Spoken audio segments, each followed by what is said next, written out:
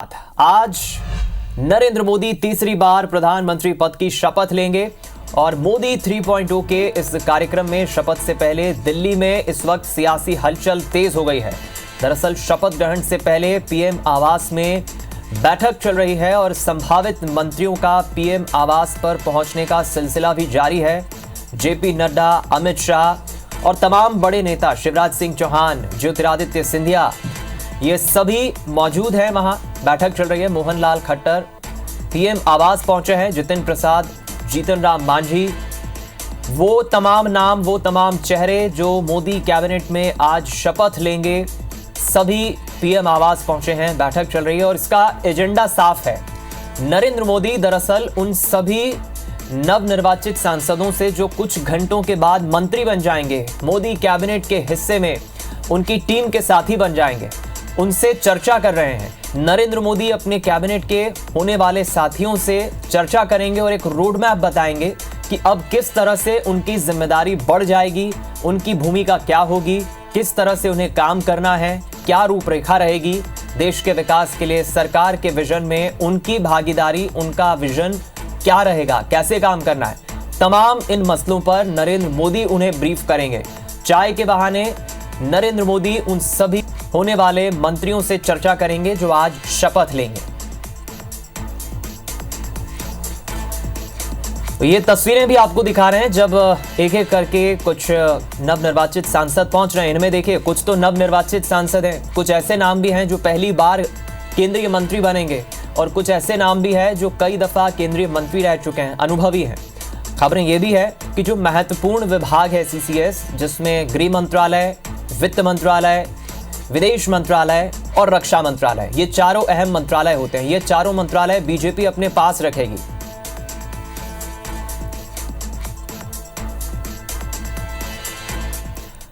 और चलिए आपको कुछ और तस्वीरें भी दिखाते हैं। रिएक्शंस मिल रहे हैं, वो भी आपको सुनाते हैं। क्या रिएक्शंस मिल रहे हैं?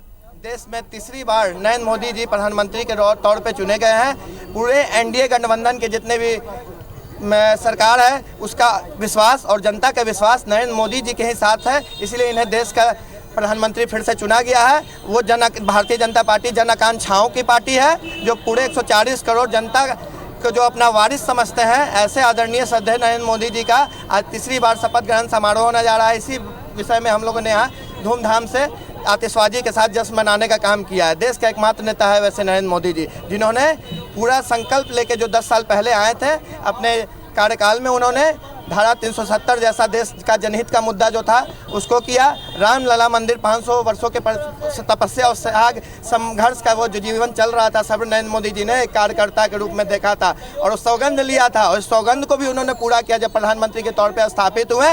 महिलाओं की जहाँ तक बात होती है तो महिलाओं का आरक्षण 50% का आरक्षण हमारे संविधान में नरेंद्र मोदी जी ने काम किया। शौचालय योजना से महिलाओं की गौरव की रक्षा की तो नरेंद्र मोदी जी ने, और साथ ही साथ देश के प्रति समर्पण और निष्ठा का कोई एक प्रतीक है तो नरेंद्र मोदी जी हैं।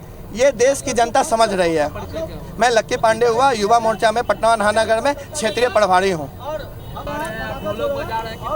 आज धर्म की जीत हुई है। आपने देखा होगा कि जब जब अधर्म का नाश हो तब तब हमारे किसी न किसी रूप में देवता ने अवतार लिया। जब अधर्म की बात होती है तो कभी राम बनकर अवतार लेते हैं, जब अधर्म का जब नाम होता है तब श्री कृष्ण बनकर अवतार लेते हैं, और आज स्वयं जब अधर्म का विनाश करने के लिए तो धर्म के रूप में फिर एक। तो ये कुछ रिएक्शंस आप बीजेपी नेताओं के, उन कार्यकर्ताओं के सुन रहे हैं जो एक बार फिर मोदी के प्रधानमंत्री बनने से पहले खुश हैं। सरकार का विजन क्या है और मोदी ने जो विजन रखा है देश के विकास के लिए, उसकी खुशी जाहिर कर रहे हैं।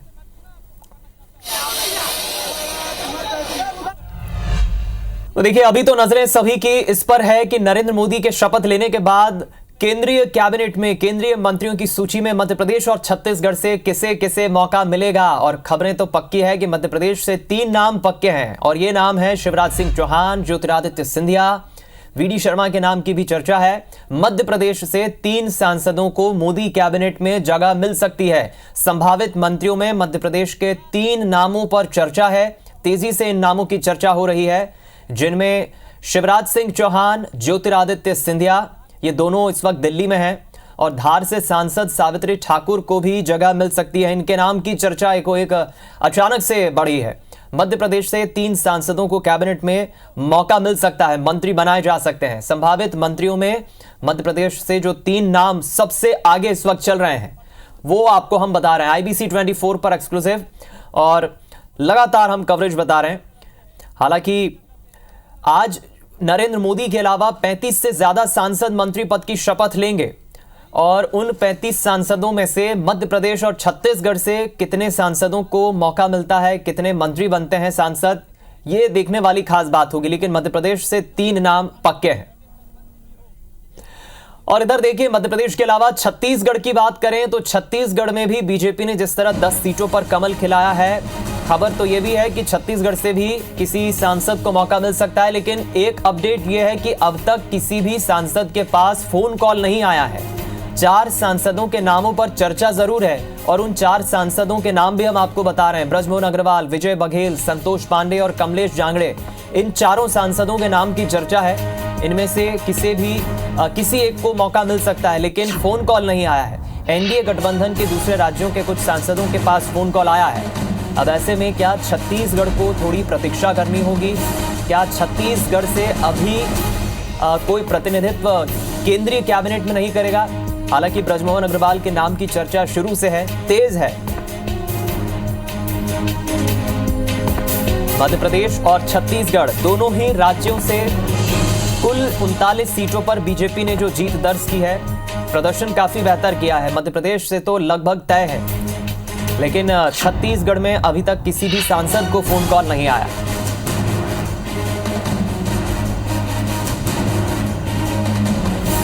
चलिए हम ज्यादा जानकारी लेंगे दोनों ही राज्यों से। हमारे साथ 2 हमारे सहयोगी संवाददाता जुड़ रहे हैं। राजधानी से भोपाल से दुष्यंत पाराशर जुड़ रहे हैं, राजेश मिश्रा हमारे साथ राजधानी रायपुर से जुड़ रहे हैं। पहले दुष्यंत, जल्दी से अपडेट ये दे दें, शिवराज सिंह चौहान और ज्योतिरादित्य सिंधिया के नाम की तो चर्चा थी ही, एकाएक धार से नाम जो सामने आया है सावित्री का, क्या अपडेट है, क्या हलचल चल रही है इस वक्त?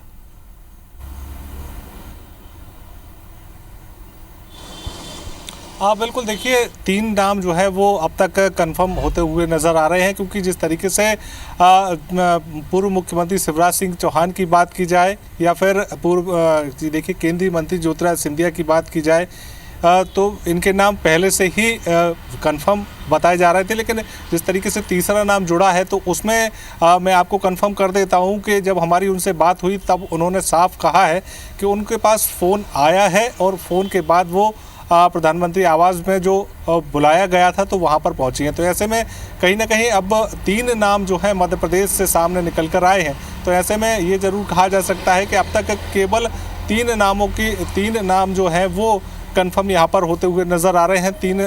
3 सांसदों को यहाँ से मंत्री पद जो है वो दिया जा सकता है। हालांकि अभी हम बहुत सारे लोगों से लगातार बात करने का प्रयास कर रहे हैं, लेकिन कई सारी जगहों पर कई सारे लोगों से बात संभव नहीं हो पा रही है। तो उस वजह से बहुत सारी चीज़ें जो है धीरे धीरे कंफर्म होती हुई नज़र आएंगी। लेकिन जिस तरीके से 3 नाम जो हैं वो फिलहाल ये कहा जा रहा है कि मध्य प्रदेश से कैबिनेट मंत्री के रूप में शपथ लेते हुए नजर आएंगे, और उन्हीं लोगों को यहाँ पर प्रधानमंत्री आवास से बुलावा भी पहुँचाए। तो ऐसे में ये जरूर कहा जाए कि 3 नाम जो है सावित्री ठाकुर को मिलाकर कंफर्म हो गए हैं। ठीक है, आप बने रहे दुष्यंत हमारे साथ।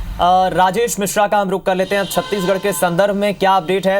राजेश, परंपरा तो अक्सर यही रही है कि सबसे बड़ा राजनीतिक दल जो सबसे ज्यादा सीटें जीत कर आता है और जिस राज्य में उसका अच्छा प्रदर्शन होता है वहां से प्रतिनिधित्व तो केंद्रीय मंत्री के तौर पर मिलता ही है, लेकिन अब तक किसी भी सांसद को फोन कॉल ना आना ये थोड़ा दुविधा में डाल रहा है। छत्तीसगढ़ को मिलेगा या नहीं प्रतिनिधित्व?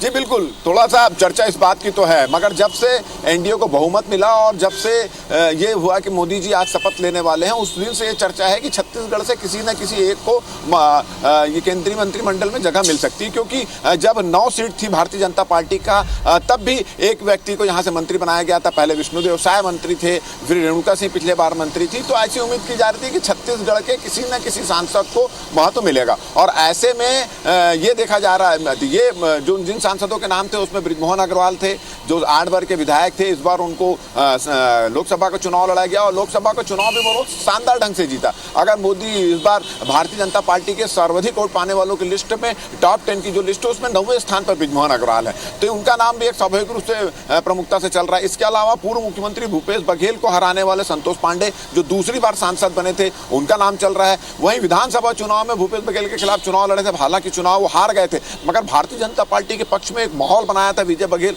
उनका नाम भी चल रहा है। ये 3 प्रमुख दावेदार है। एक और जांजगीर चांपा की जो सांसद हैं कमलेश जांगड़े, उनका नाम, ये 4 लोगों का नाम चल रहा है। मगर जिस तरह से दूसरे राज्य में भारतीय जनता पार्टी के सांसद हैं और एनडीए गठबंधन के सांसद हैं जिनको मोदी की मंत्रिमंडल में जगह मिल सकती है, शामिल किया जा सकता है, उनके पास कॉल आ रहे हैं। और मध्य प्रदेश में तो शिवराज सिंह चौहान और ज्योतिरादित्य सिंधिया हैं, उनको तो चाय पर भी बुला लिया गया है। तो मगर छत्तीसगढ़ से किसी भी सांसद के पास कोई कॉल नहीं आया है, तो ऐसा लग रहा है कि शायद नंबर ना लगे और ऐसा भी हो सकता है कि शायद कॉल आ जाए। मगर उम्मीद फिलहाल छत्तीसगढ़ की जनता को, छत्तीसगढ़ के भाजपा के नेताओं को और उन सांसदों को जिनका नाम चल रहा है उनके नाम, उम्मीद बिल्कुल अभी भी बरकरार है। उनको पूरा भरोसा है कि मोदी मंत्रिमंडल में जो एक महत्वपूर्ण भूमिका निभाई थी, एनडीए की सरकार बनाने में महत्वपूर्ण भूमिका निभाई थी छत्तीसगढ़ में, 11 में से 10 सीट जो लाए थे उनमें से किसी न किसी एक को जगह मिलेगी, इससे पूरी संभावना व्यक्त की जा रही है। और मोदी जी जो शपथ लेंगे उसको लेकर जश्न की तैयारी भी यहाँ चल रही है। और ऐसे में अगर छत्तीसगढ़ के किसी सांसद को मंत्री बनाया जाता है तो यह जश्न और दुगना हो जाएगा। मगर जिस तरह से छत्तीसगढ़ के किसी भी सांसद के पास कॉल नहीं आया, हमारी विजय बघेल से बातचीत हुई, संतोष पांडे से बातचीत हुई, कमलेश जांगड़े से बातचीत हुई और बृजमोहन अग्रवाल के जो करीबी हैं उनसे चला तो उनसे बातचीत हुई, उनके पास अब तक किसी के पास कोई कॉल नहीं आया। तो थोड़ी सी मायूसी है, मगर उम्मीद उन्होंने नहीं खोया है। अब इंतजार है कि कब, जैसे कि आपने बताया कि 35 से ज़्यादा सांसदों को मंत्रिमंडल में जगह मिल सकती है। कुछ सांसद हैं कि जिनके पास फ़ोन कॉल्स आ चुके हैं, कुछ लोगों को चाय के लिए बुला लिया गया है, तो उम्मीद अभी फिलहाल बरकरार है। अब देखते हैं क्या होता है मंत्रिमंडल में जगह। अच्छा, एक चीज राजेश आपसे ये भी मैं समझना चाहूंगा, क्योंकि मध्य प्रदेश, छत्तीसगढ़ ये वो राज्य है जहां बीजेपी ने 100% बेहतर, सबसे श्रेष्ठ प्रदर्शन किया है। घर में जब शादी होती है तो परिवार के सदस्य जैसे तैसे एडजस्टमेंट कर लेते हैं, लेकिन परिवार में आए दूसरे मेहमान कहीं दुखी ना हो, परेशान ना हो, उन्हें कोई तकलीफ ना हो, इस बात का ख्याल रखा जाता है। अब चूंकि बीजेपी को पूर्ण बहुमत तो मिला नहीं है, गठबंधन की सरकार जरूर है, ऐसे में जो दूसरे एनडीए के सहयोगी दल हैं उनके नाम एकाएक चर्चा में, जीतन राम मांझी हो, अनुप्रिया पटेल हो, तमाम चौधरी साहब हो, जयंत साहब, इनके नामों की चर्चा है। तो ऐसे में क्या बीजेपी ये मानकर चल रही है छत्तीसगढ़ के संदर्भ में कि घर की बात है, अपने ही नेता है, अगली बार जब विस्तार होगा, एक्सपेंशन होगा, तब शायद किसी को मौका मिल जाए?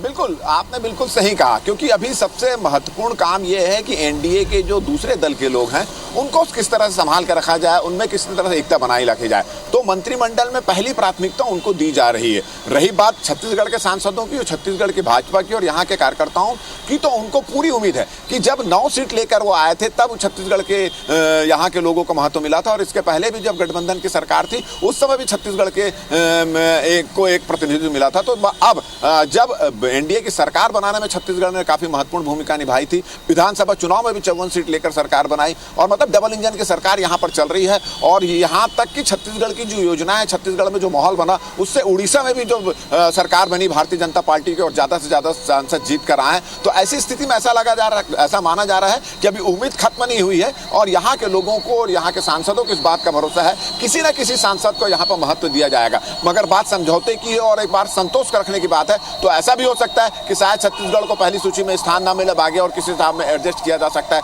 क्योंकि अपनों को मनाया जा सकता है और दूसरों को महत्व देने के लिए अपनों को मनाया जा सकता है। तो ये भी एक बात हो सकती है, मगर उम्मीद छत्तीसगढ़ के सांसद नहीं खोए हैं अभी भी। चलिए कुछ घंटों का इंतजार और उसके बाद पिक्चर क्लियर हो जाएगी छत्तीसगढ़ के संदर्भ में भी। बहुत शुक्रिया आपका राजेश हमारे साथ जुड़ने के लिए, और आपका भी दुष्यंत बहुत शुक्रिया भोपाल से हमारे साथ जुड़ने के लिए। तो दोनों ही राज्यों से फिलहाल हम लगातार अपडेट्स भी दर्शकों को पहुंचा रहे हैं।